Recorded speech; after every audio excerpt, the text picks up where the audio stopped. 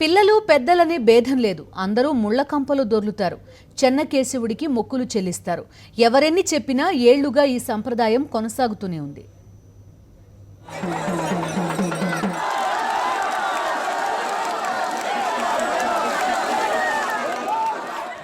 ఏటా జరిగినట్టే ప్రకాశం జిల్లా హనుమంతునిపాడు మండలం చిన్నగొల్లపల్లిలో కంపకల్లి ఉత్సవం ఒళ్ళు గగురు పొడిచేలా జరిగింది.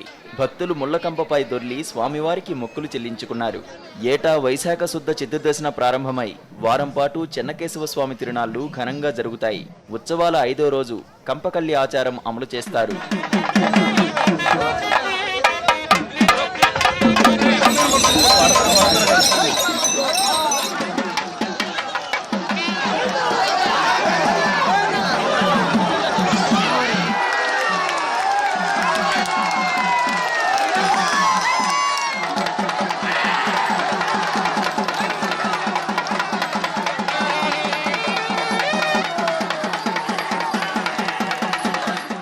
తుమ్మకంపను పెద్ద మేటుగా వేసి చిన్న పెద్ద అంతా దానిపై దొర్లడాన్నే కంపకల్లి అంటారు.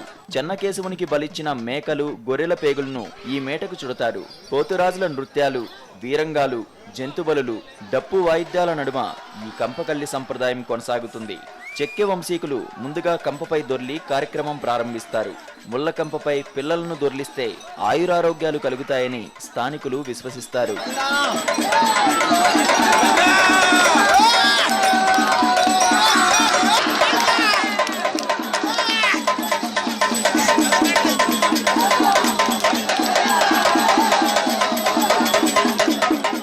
పెద్దల సంగతి ఎలా ఉన్నా పిల్లలను ముళ్లపై దొర్లించడం చూసేవాళ్లకు మనసు చివుక్కుమనేలా చేస్తుంది.